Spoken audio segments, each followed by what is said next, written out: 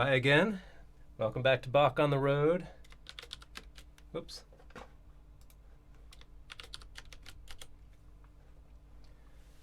Find ourselves today in Thailand, in Bangkok, in another outdoor venue for Bach this time, and as he keeps working his way south and east. Always great to see you here. Thank you so much for joining me, and if you're here with me live on Facebook, of course, I'll be able to see what you write and get to your comments and questions. And hi to everyone watching on YouTube as well. Thank you so much for being here. And I won't be able to see your comments during the broadcast on YouTube, but I'm so happy to have you with me. Today, as you know, we're going to continue our look at the A minor sonata, and I do have a violin somewhere here.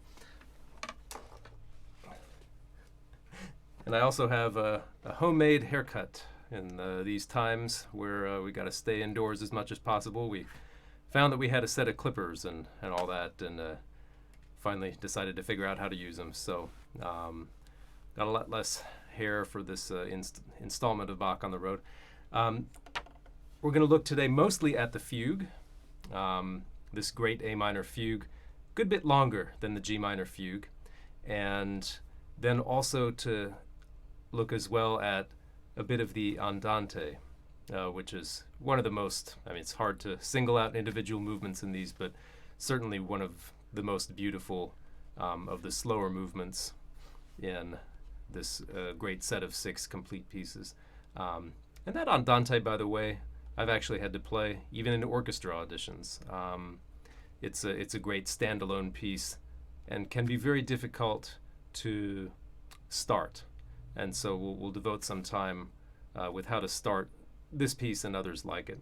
But first the Fugue, and I see a lot of you already letting me know where you're coming from here on Facebook. I see Boston.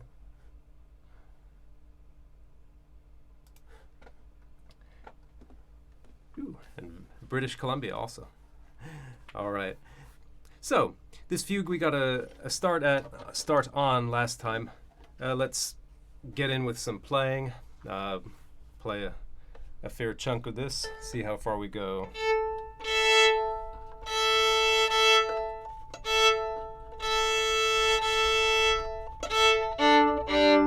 These outdoor venues play havoc with the strings, as I know from the Hollywood Bowl.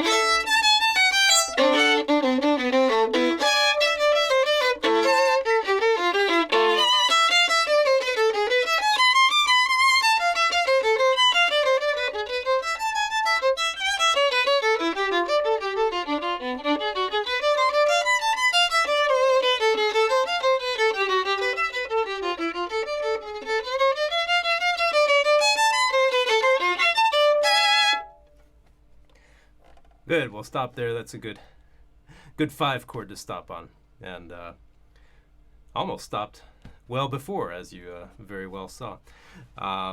Easy to get a little bit turned around, wrong-footed, wrong-fingered, as they say in this.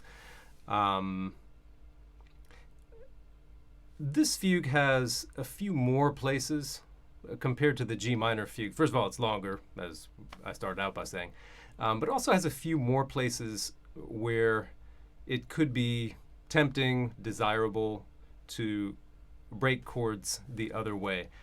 Maybe more times where the fugue subject appears in the lower voices. And so we'll get to those. Again, it's not something that I like to do. I find it more disruptive usually than simply putting the bass on the beat, letting the upper voices fall where they will, and trusting my listeners' ears to, hear that bass line is the important one. I'm curious what thoughts you have already on this fugue.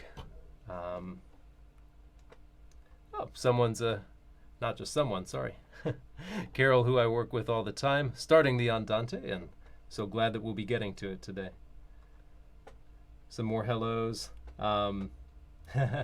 Paula says, love this movement, can only play the first 2 pages and then get too tired. Maybe that's a good subject to start with. Endurance, which is so closely related to effort. I mean, in any sport or physical activity, you can build endurance. And surely, if you're used to playing 5-6 minute long pieces without interruption that include double stops and things like that, your both hands are probably going to be better conditioned to play a fugue like this. But in addition to building endurance, the other side of that right is minimizing the effort. There are a couple immediate ways I can think of with the right hand where a lot of effort gets wasted in pieces like this, all the fugues, any of the double stop Bach movements. One is with contact point. And you've heard me talk a lot about contact point and the 3 variables in general: contact point, speed, and pressure. We can never get away from those. Practicing the violin, talking about how to achieve the expression we want with these tools. I've got that free guide, the 3 variables, Google that, plus Nate's violin, if you want to find that, figure out how those interact. The basic paradox, or the conflict that we've got with contact point in this, you will get in general a clearer and a more ringing sound on the violin with contact points that are closer to the bridge. There are exceptions and all that, but in general, that's why you see soloists so often playing right here, a bit closer to the bridge than the fingerboard.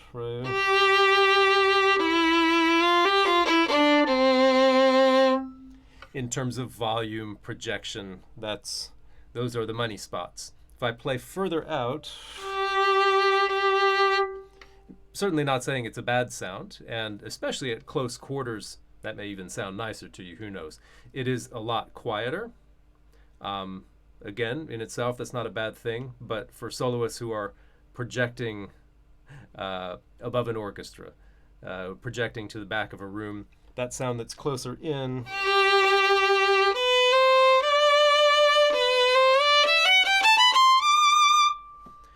it does undoubtedly have an edge to it.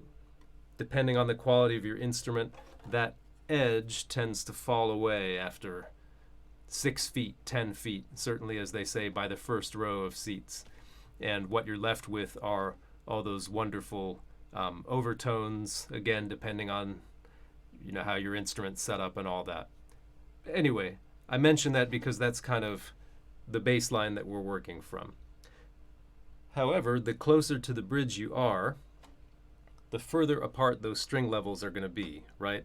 Because of the curve of the bridge, and because the strings spread out a bit as they get closer to the bridge. And all of this is obvious when you've spent some time with a violin, but it just bears repeating because that is one reason why many people shy away from the bridge for these polyphonic movements, these movements with double stops.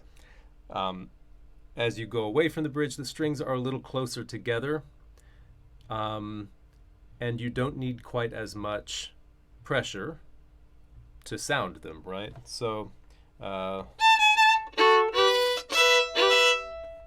see, that's another thing that happens when you veer out from the bridge. So at first blush, it seems easier to play out there. Because the strings are closer together, I can get 2 strings, 3 strings without pressing very hard. So why not just do that? A few reasons. Sometimes you want the separation of the strings. If you're trying to play 2 strings and you don't want to get 3, then you're leaving yourself very little margin for error when you play out here. But the biggest reason is that it limits very much the weight that you might put on the string. Again, you might think that's a good thing because I started by saying we were going to try to minimize effort. Well, what happens is if you get in the habit of playing out here and you sort of get stuck out there, eventually you're going to want things a little bit louder. You start playing in this narrow dynamic range. You want to increase the contrast. You want to get more power on those chords. Maybe unconsciously, you start by pressing.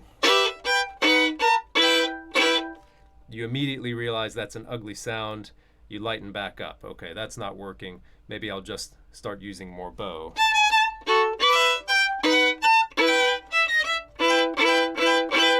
And that kind of works. I'm using a lighter bow and a faster bow out there. All this is explained by the way the 3 variables interact, right? As shouldn't be a big surprise. But most of this takes place subconsciously or unconsciously. So now I get myself playing with more bow.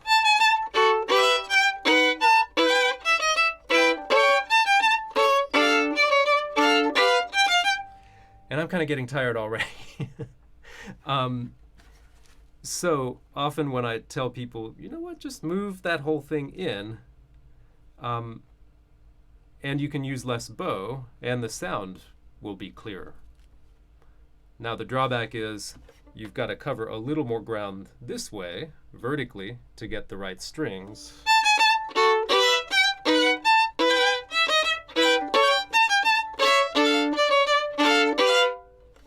Again, at close quarters, microphones being what they are, I'm not sure, how those sounds are going to compare to you. But that one that I just played is a lot less effort. It is the same or more volume.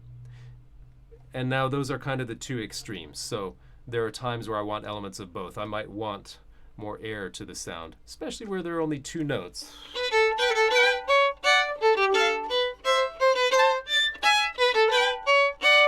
So I might be further out. I'm not playing super loud, so I don't mind using more bow. So all of this is maybe the biggest topic for the bow in this movement. And it came from Paula's question or comment, so that's why I spend so much time on it. If you're trying to prepare this piece and just finding it a slog, look immediately at your contact point and see if you have room to bring it in.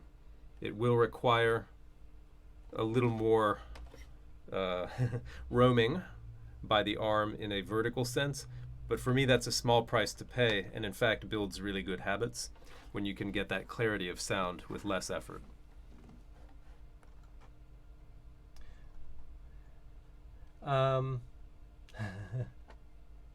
I've got a request to play the beginning less spitzig. Sorry to mangle the pronunciation of that, but usually when I hear that word,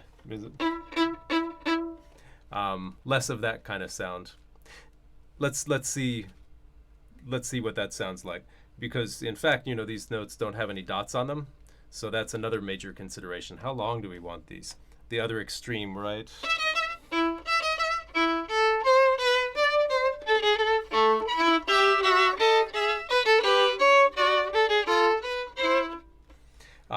Not that I would play it that long. That would be quite a long version.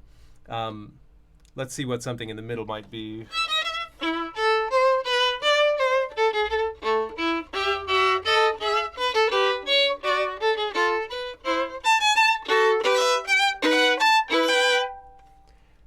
we'd have to see, I'd have to play back the video to see how that compared to my original version. With a lot of these sort of simple subjects or simple themes, we're trying to, or I'm trying to, go some way toward recreating how these might sound on the original equipment. And again, as you know, if you've been part of this road trip for any length of time, you know I'm far from attempting to play these as they would actually sound on the original instruments, because there's so much that simply wouldn't be possible with this modern equipment. This is what I've got, this is what I play with. But on those old bows, you'd be hard pressed to really connect simply by playing a fairly simple stroke. You'd naturally get a little bit of a spoken quality, a little bit of that separation or tapering. So that's what I go for with the modern bow. Some of that separation or spoken quality, or if you will, a keyboard quality. Bum, bum, bum, bum, bum.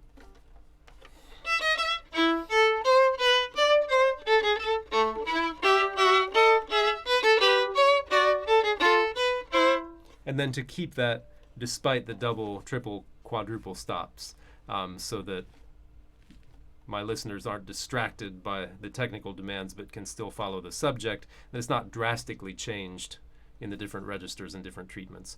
So that's a great comment, and I don't take any offense at all. Carol's terrified of the fugues. We're going to see what we can do about that. Question of tempo. More likely to your question of getting a good sound at tempo without crunching these chords. And Ingrid, you're wondering if it's just more tension during a faster tempo. And some of it, in fact, might be what we were just talking about, right? The further away from the bridge you are, the much narrower the range of pressure you can put on those chords. And so out there, it's super easy to crunch them. And what you said is also true. Most of us, when we go faster, tend to hold on a little tighter in both hands, squeeze a little bit more with the left hand, play a little bit with more pressure in the right hand. Not saying that we have to do that, but that tends to be the instinct. So there are a couple of things you can do. First, I would say, is to check that contact point. See if you can bring it in. After that, if you're using a great contact point slow, you're able to maintain that fast, but still it crunches, then yes, I'd want to look at the dynamic. No dynamic marking in this. It's really up to us. There's nothing that comes until later when he alternates forte piano for the...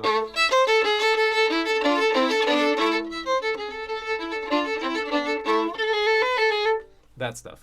But the whole beginning, no dynamic. So if you're thinking, really strong, the beginning, you can certainly back off of that and imagine the beginning as a mezzo something, mezzo piano even, regular speaking voice. You may also make a mental note to let the chords, in a way, take care of the increased dynamic for you. It is true that for a double stop, I need a little bit more weight than I would for a single string. For 3 notes, a little bit more weight than that, but it's not orders of magnitude. So if I've got my good contact point, then I like to think of the violin or the string coming up to meet the bow, rather than the bow having always to press down on the string.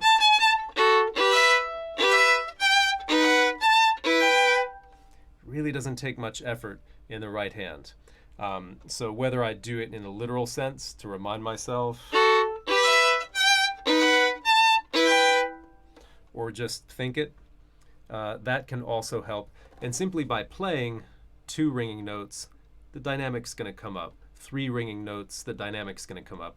And Bach always writes this in an intelligent way. The places with the most intensity and drama have the 3 and the 4 note chords. So I don't have to really try to add anything for myself there. And Julia, you ask about, okay, since we're going to change contact points, how do you do that when you're playing? Aside from setting it where you want it in the beginning,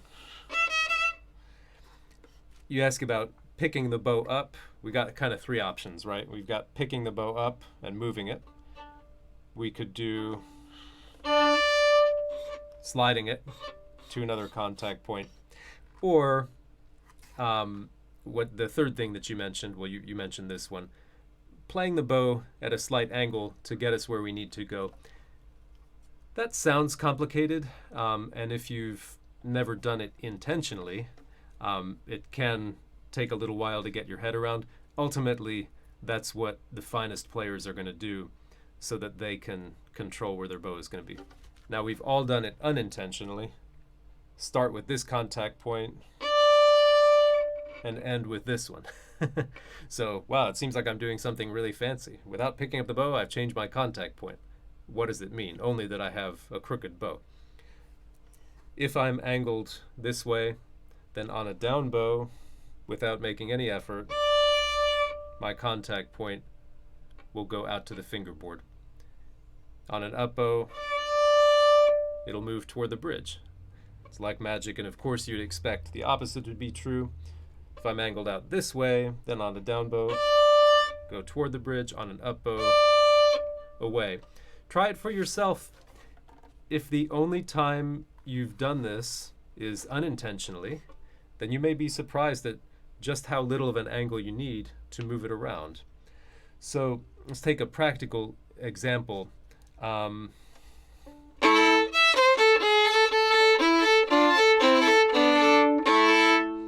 The very next note I'm going to play is going to be piano. And so I'd like to be out there, whereas I have been. So I'm going to angle the bow slightly in this direction to move out. I said the wrong direction. Look what happens. I think about it and I reverse myself. I'm going to angle the bow this way. And now I'm out here. I can straighten it back out. Now I want to get back to the bridge after this note.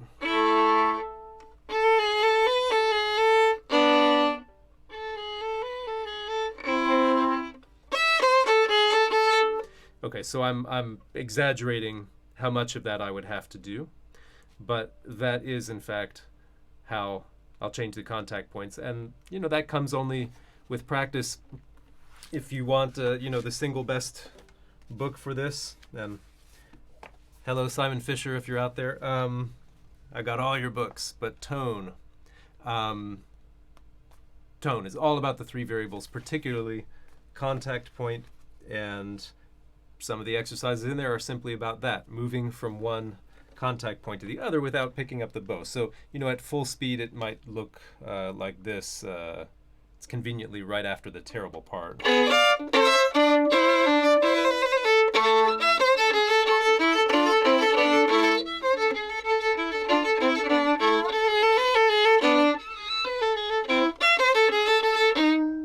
And look, I exaggerate to make a point and I get a bad sound. So it doesn't have to be. If you can make any effort in that direction, you're way ahead of the game. You're thinking about the kind of sound you want and how to get it. So that's an excellent question. And then Donald asking about arpeggiating a chord written as a multiple stop. And certainly I've talked many times in this series about breaking them 2 and 2, but I wonder in this case if you're meaning rolling it even further, more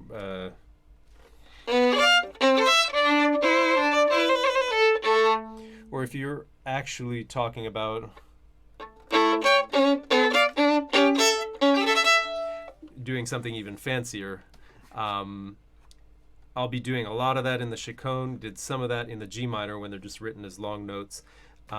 If you were simply talking about rolling it more gradually, then sometimes I'll do that when the tempo allows it. You can tell in this fugue there's not much time to roll very slowly, and so I'm mostly relying on 2 and 2, 2 and 1, maybe even 3 and 2. There are a lot of possibilities. But generally, I'm doing what I can to make all the notes in the chords sound close to each other without crunching, without sounding too artificial, right? Like I'm just banging chords on a piano.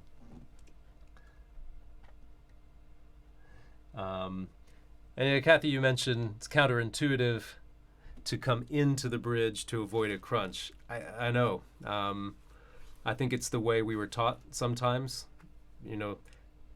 that the bridge starts making an ugly sound if you get too close. One of the most valuable things you can do, if you haven't explored this before, not speaking necessarily to you personally now, Kathy, but because I know you have explored this, but for those who haven't, getting used to the 2 families of undesirable sounds on the violin, the ones that fall more in the ponticello category,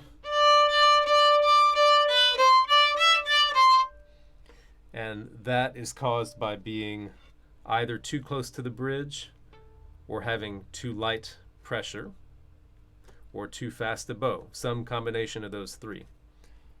On the flip side of that, we've got the sounds that you might describe as crunchy, fat, gritty.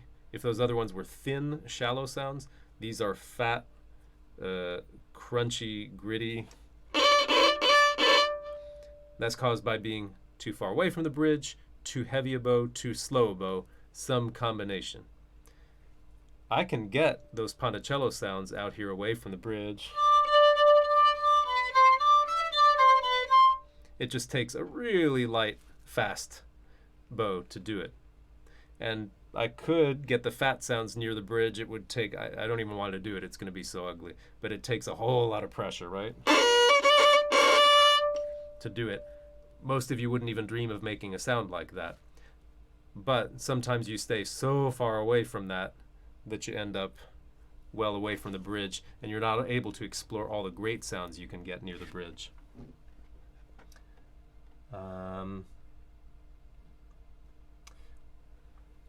Great questions. Bill, you ask, for bow angle, how can you ensure a perfectly straight bow for short, fast playing, such as in a gigue?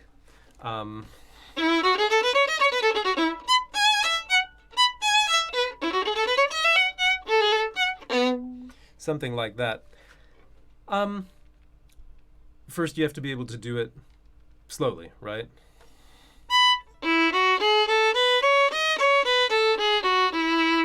And with longer bows. It's always easier with slower bows, which often means longer bows.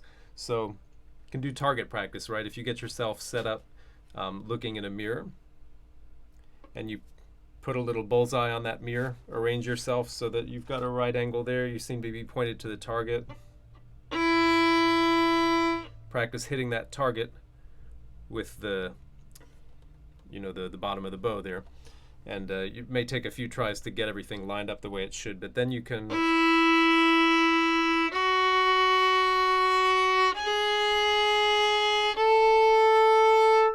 once that gets pretty natural and you start feeling the path of the arm, then you can shorten the bows. You can start out here at the tip so that you still get used to hitting the target.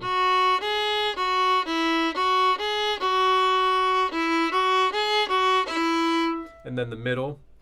And by then you're starting to get more of a sense of where the bow is super straight. And then just shortening the bow and I almost said quickening the bow to get those short and fast strokes. I use a mirror all the time. I've got one in the practice studio just to check for those kind of things. Sometimes I'll find, I'll find that I'm angled not quite straight. If I can keep generally the same angle, it's usually okay, especially if it's in this direction. If I start getting out that direction, I'm missing some ring on the sound. Tends to be a little stronger this way. So the pendulum swings one way or the other. I'm always straightening, refining a little bit. But that's the way I go about it.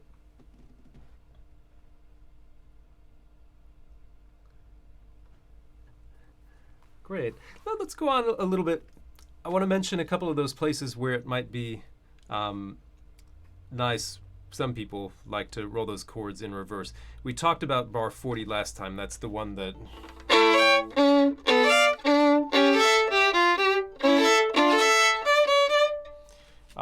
where some people might. And I talked about last time why I don't generally like to do that.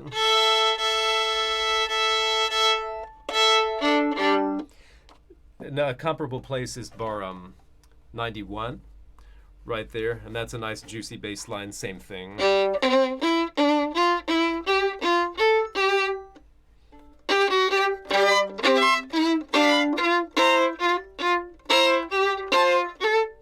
Now with 3-note chords, remember that it is possible, if I like, to play 3 notes at once and finish on the bottom one.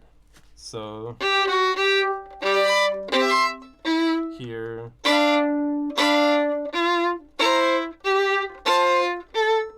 So I've never let off the bottom note. So in this case, I only have 2 4-note chords where I let off the bottom note a little bit.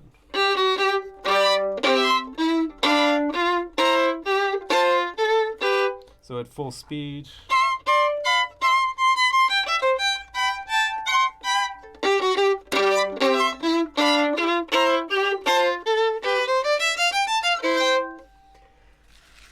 There's a principle at work here. Again, leading your listeners' ears. If they know what they're listening for, they're more likely to hear it. You know, you may have probably somewhere on social media or sometime in your life you've heard somebody play, you know, music backwards or play lyrics backwards, and maybe it sounded like gibberish, but then if you see someone write, oh, when you play this backwards it says XYZ, then you listen again, all of a sudden you can hear it. Well, you've been led to hear that. Similarly here, if I want people to hear that bass line, I need to set apart the fugue subject a little bit. I'm not just going to play right through it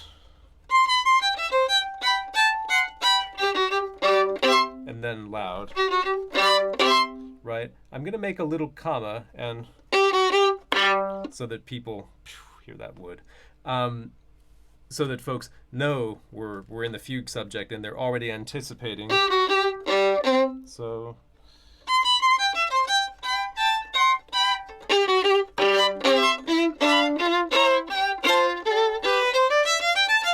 now that, you know, I really kind of pounded that one, but that's the idea. That's the direction I'd go to lead people's ears there. I should mention too, just because it's interesting, and I tried to write a fugue once. I forget if I still have it somewhere. I think I got like 32 bars in, and then I didn't, you know. I thought, well, you know, it's so fun to play these Bach ones. Surely I could just write my own, and then I ran out of ideas after I brought the voices in. I didn't know what to do. But when you're writing these fugues, the interval of a fourth on the downbeat. So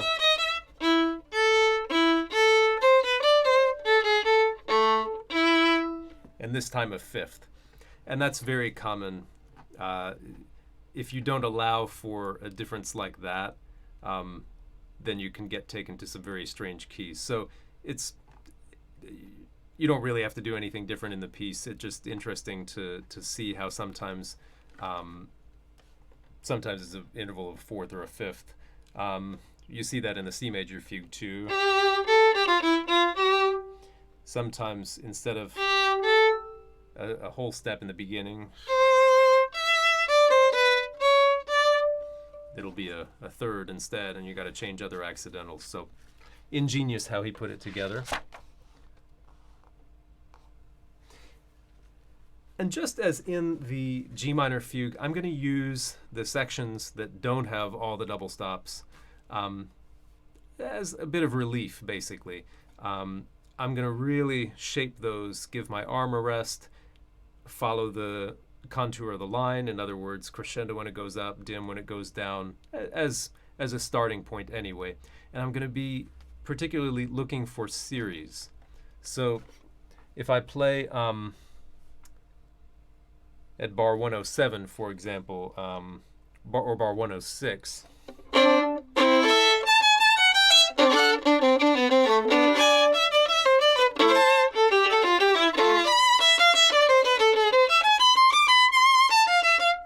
Here's the start of a series going down. So the conventional thing to do, which often works really well, if you've got a descending series, play out at the beginning of it so that you've got room to go down.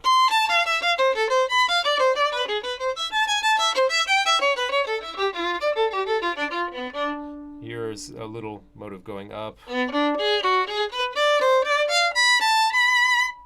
And if you like, you can relate that to the beginning of the subject.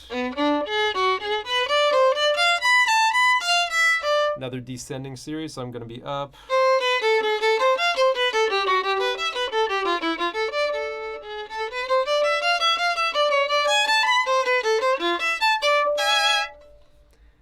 Here we've got the subject in reverse, right? So instead of this is so.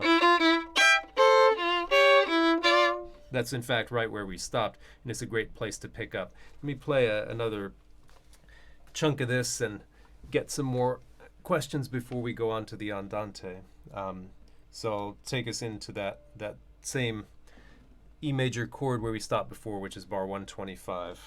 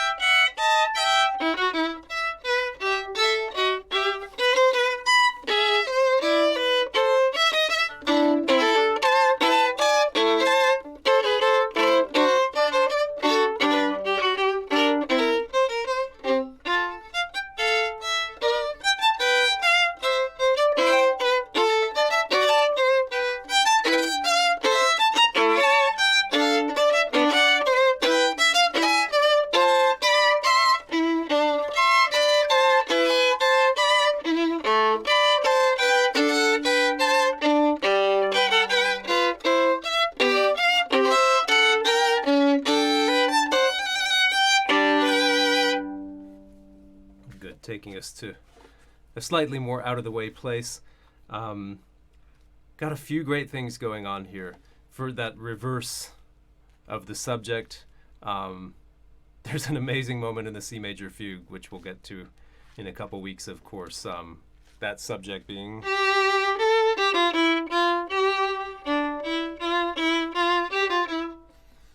much longer subject than either the G minor or the A minor.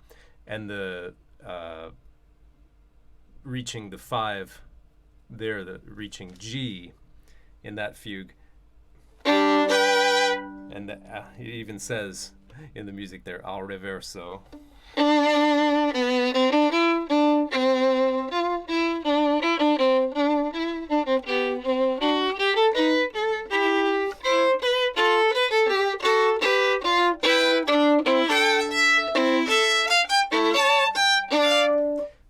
So glorious a moment I had to ruin it. But I can't wait to get to that fugue.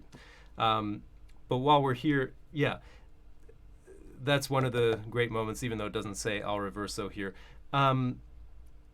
Again, that the motive of the descending half steps. Looking back at bar 18, that. And here, in the section we just played, oh, where'd it go? I'll find it.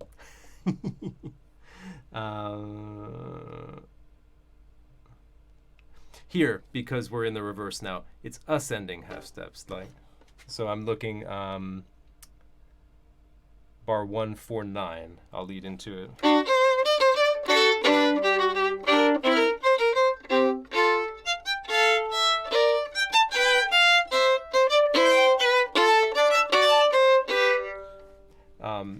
It's amazing. In the first and the middle voice, and then so.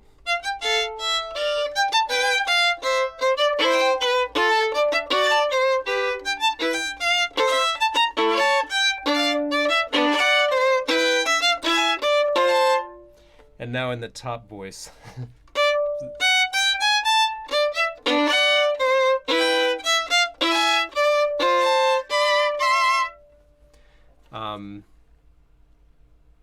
You need control, therefore, of what voice or voices your listeners will hear. Not only can I not play and talk at the same time, I can't even alternate them very well. Yeah. Finish writing my fugue. That would be quite a task.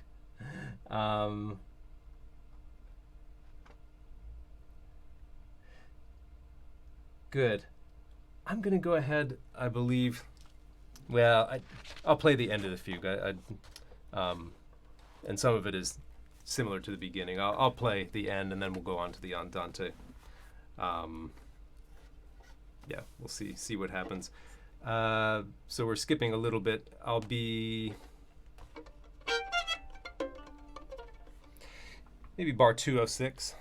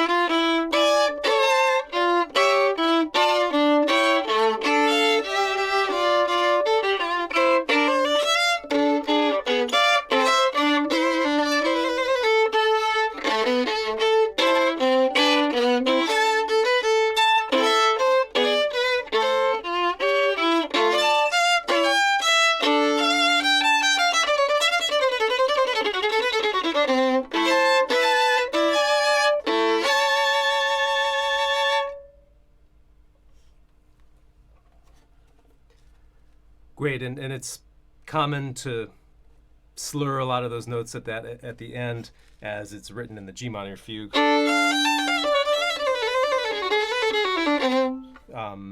I prefer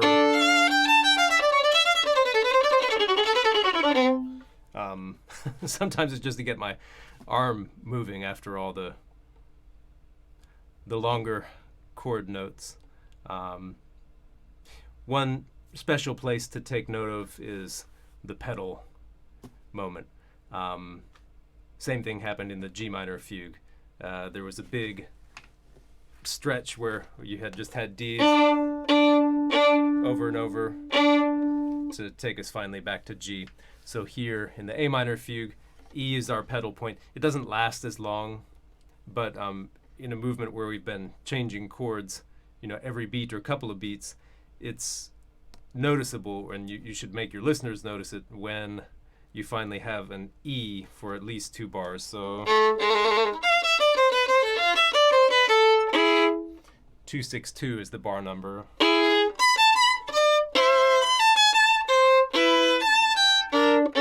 before it starts descending. So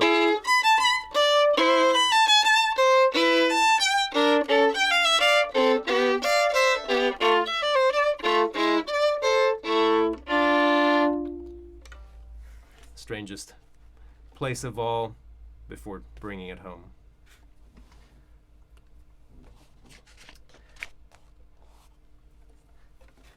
Let's look at the Andante. And we'll certainly take more of a look at this on Friday, as well as the Allegro. Many of the strategies for practicing the Allegro we talked about with the last movement of the G minor sonata a couple of weeks ago.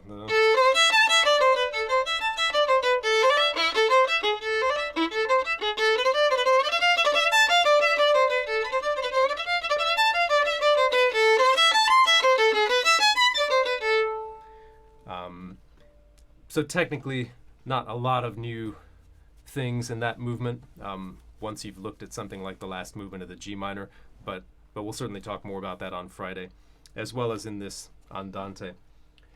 Such a beautiful movement, and it is Andante. Yeah? If Andante means to you walking tempo, then you must keep that quarter note in mind. And yet it's written with a pulse on every eighth. This heartbeat on the bottom almost never stops. It goes almost through the whole movement.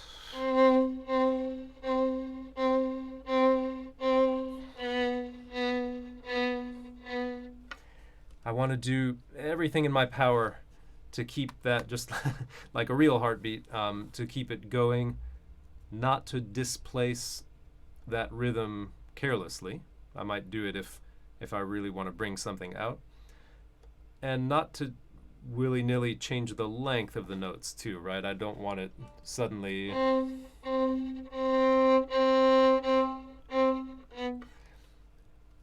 Then above that, to play the beautiful melody, simple.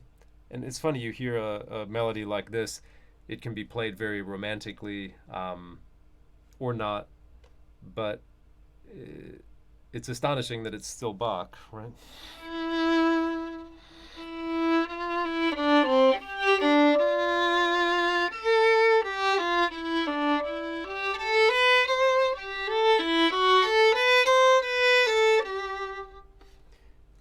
You think maybe of one of the cantatas. It's a song, you know.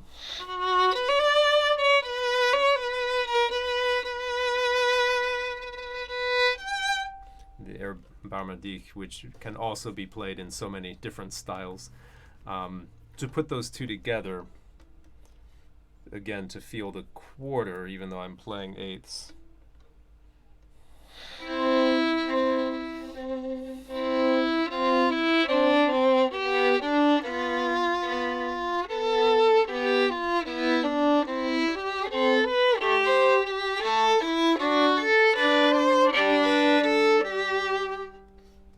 Play that once more.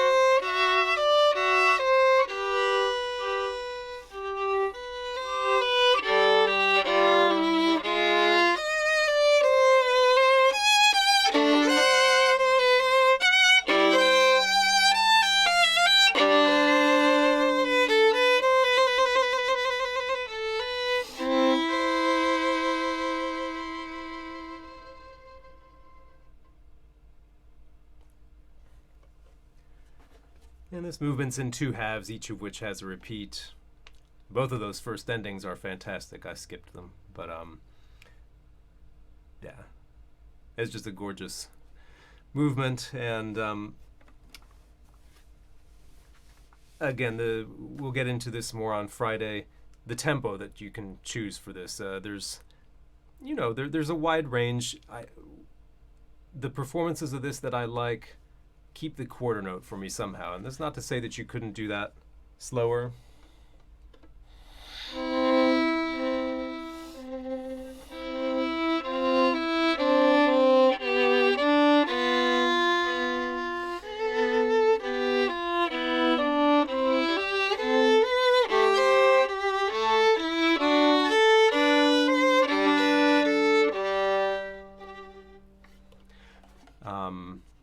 That's a pretty different tempo, right? I think the key to having the quarter be what your listeners take note of is how you connect the melody.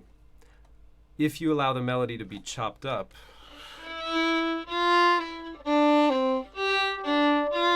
right? If you were just playing that melody, you'd never play it in that fashion, right?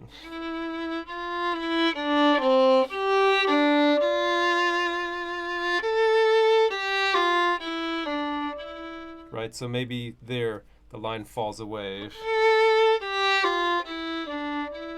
So you can do that faster or slower.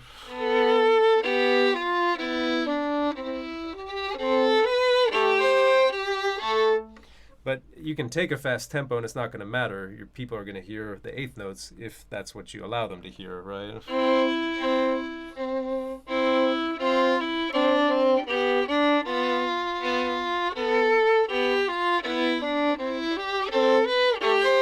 There's a clear, starting to get a little seasick with that. So that's perhaps the main challenge in this, balancing the two voices, the simple accompaniment and melody, because to lean more on the string that you want people to hear more, knowing that if you lean too much, there's not a lot of margin for error before the sound gets crushed. So again, no dynamic marking in this. It's a little bit easier to play louder, and that's often where I suggest people start with this. Make a good sound. Make it mezzo or make it forte if that's what's comfortable. And then back off the pressure a little bit. Move it out away from the bridge a bit. Lighten the bow. But don't start scared of it. We'll get into how to start the very first note next time on Friday. And what we'll talk about some more as well is how you have to balance the horizontal and vertical pitch. This movement is maybe the clearest example we've had so far of those two systems, because you can play things that sound really satisfying in the melody,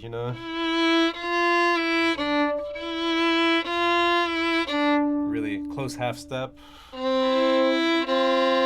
Ooh, put that C with it. The same C that sounded so good with the E. Sounds terrible there. The perfect fourth is non-negotiable, right? Has to be perfect. So maybe that means I need to raise my E. That's not going to work either. So I'm going to have to compromise. I'm just not going to have the closest half step. That's perhaps a little too wide, but in context.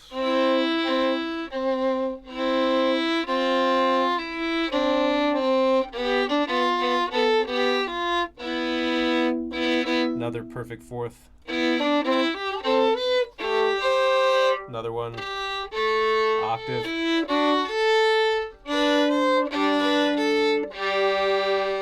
Ooh.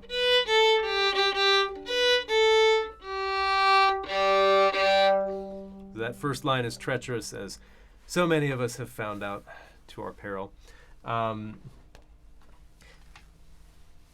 Great. And that's where we'll leave it for today.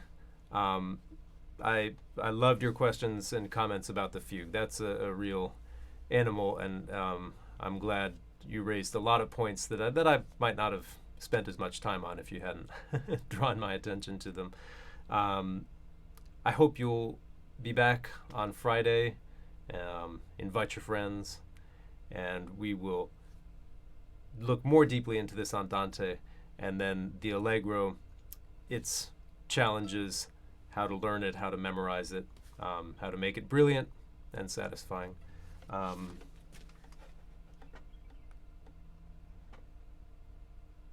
Great.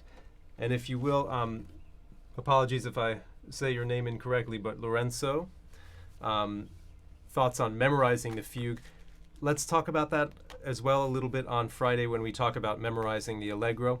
And if you want a sneak peek at those techniques and you didn't catch our look at the G minor sonata a couple weeks ago, that's all on YouTube. Bach on the Road tour stops 1, 2, and 3 were all about the Bach G minor, and I talked about memorization in there. So thank you so much for being here. Friday, the same time, 2 Pacific. Will be already tour stop number 9 out of 18. We'll be at the halfway point. I'm sad already. So great to see you, and I'll see you really soon. Bye.